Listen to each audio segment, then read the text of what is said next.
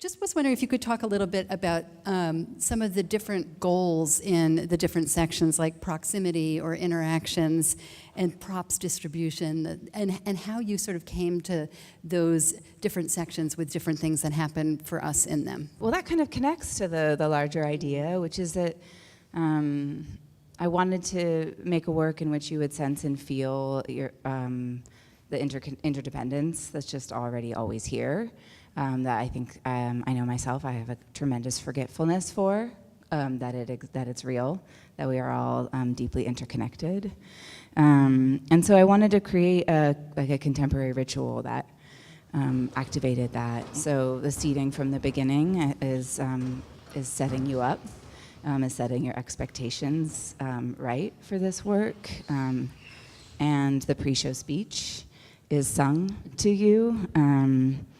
The first section up on the platform, I wanted to create a kind of chaotic state of unstable interdependence. So for me, it was about making something that is, because to me that complexity is something you can't track, cause and effect within. And you know that someone on the other side is witnessing something you're not seeing. And at that time, I was looking at like roots of trees, and I would look at the dishes in my sink and like how they piled up and be kind of like strangely fascinated by that, or a building that had been destroyed and the way all the rubble had fallen. And then I was working with the performers on these images, and a lot of different images, and and having them stay connected as we worked with all these images. So was that part of the project, to realize that we in a performance, we can't take everything in, and that you've just called that to the foreground a little bit with that setup? Yeah, absolutely. And we are perceptually limited, and we're limited by our frame, and performance is a very specific site where we get to, it has the potential to call awareness to the frame. So when did you decide to literally call us out, and how did the song come into it with the names of the audience members that includes us in a whole other way from proximity? Yeah, as I brainstormed on these things, I wanted a way to, something to happen that occurred at the box office, and that was already there, which you often give your name. And our names are a little bit of our autobiography. Some of us named ourselves, but a lot of us were named by others, or we have our grandparents' names, or so. So who said like that our name is our favorite sound for many of us?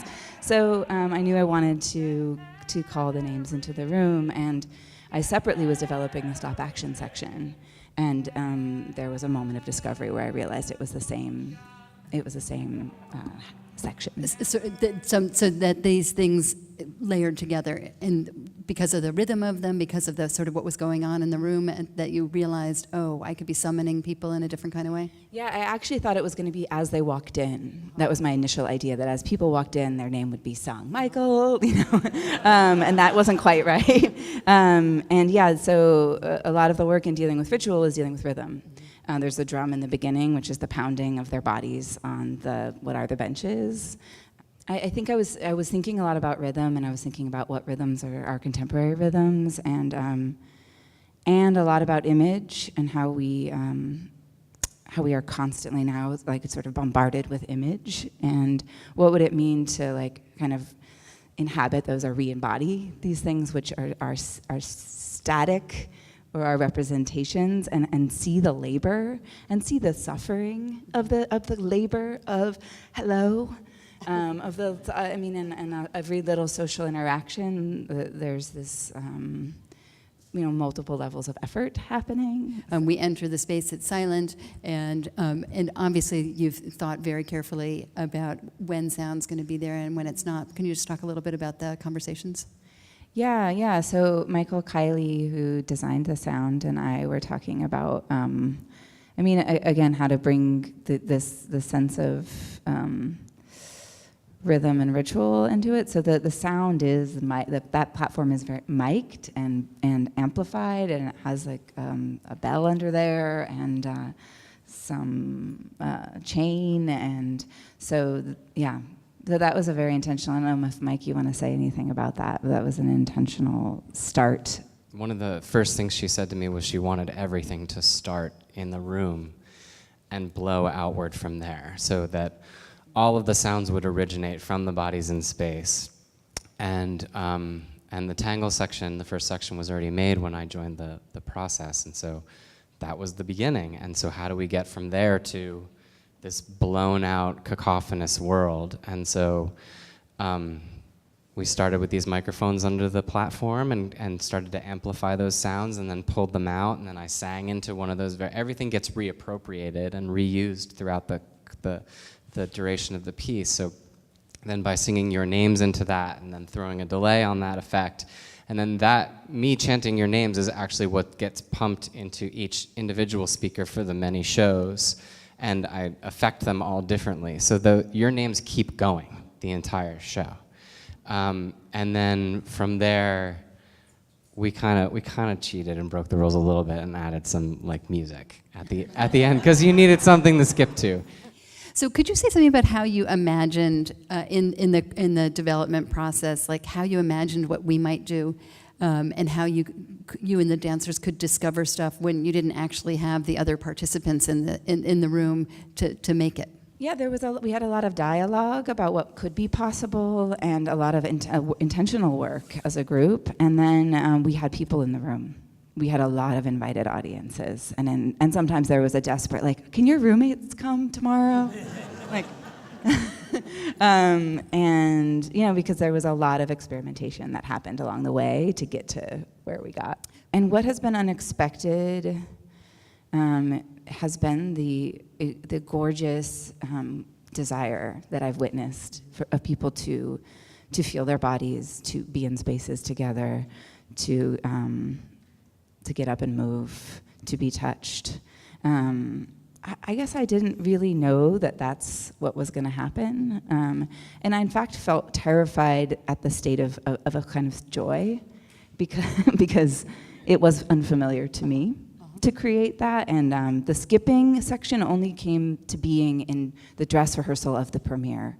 So the section that we invited you into most directly at the end, physically, was originally intended to build the canopy and to have the performers skip this kind of complicated skipping. We did this like whole kind of folk dancey skipping.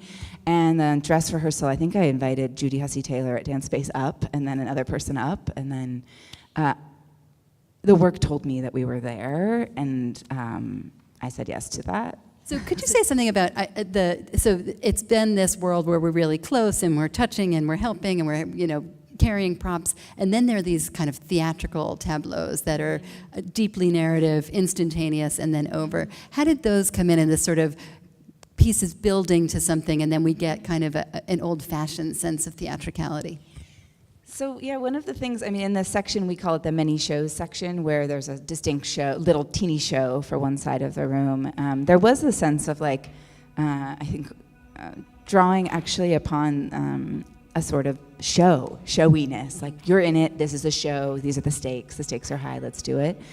And then also we were referencing, because I was looking at different dances, we were learning dances. So we learned that very classic video of the cakewalk. We learned we studied hardcore dancing, lyrical, we tried to do a lyrical part. We tried to sort of reference what is consumed in dance, and maybe recognize in some way familiar. The work has a kind of expansion outward, and I wanted, again, each side to be implicated in the show and the other side to be witnesses of the show, and that order was just discovered as being the right order to the work eventually. It actually that final section did also come into being in the last week. It was things we were studying throughout the whole process, and I didn't yet know what the right place for them was. This is a great question about spontaneity, choreography, what's different from night to night. I can tell you this woman had her glasses taken off and put on by another performer, and which I did not see happen last night. So she's interested in should she come back tomorrow night, and how will her experience be different?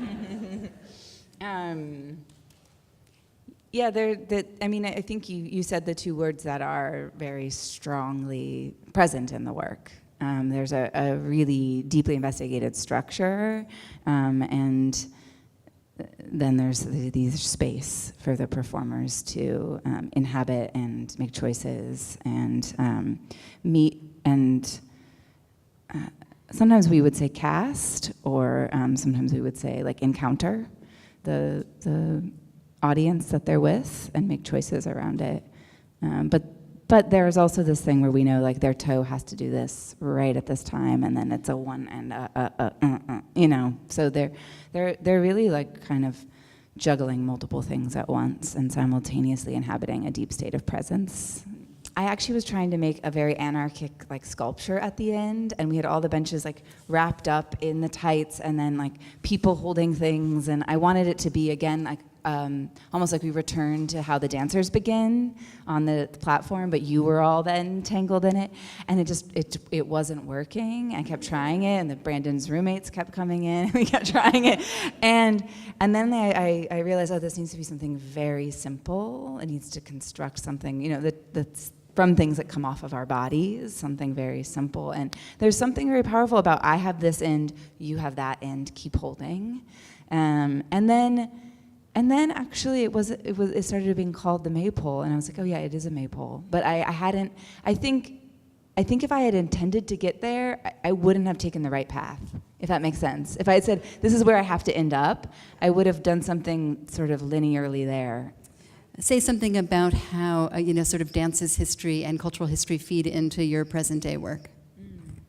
Yeah, I mean, in this work, I was very much looking at dances and looking at and craving for myself a space where I could move with people. And Michael and I were talking about how people don't sing publicly like they used to, and how we don't dance together. And I think this is a way that I think it's a way we heal. I think it's a way we know things. I think it's a way we understand something without having to say it. And, there's a lot of things about that put you in a position, like, a very specific gender role or a very specific way you had to be in your status. And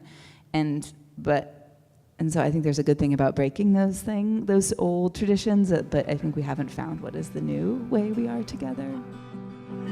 Jennifer. Diane.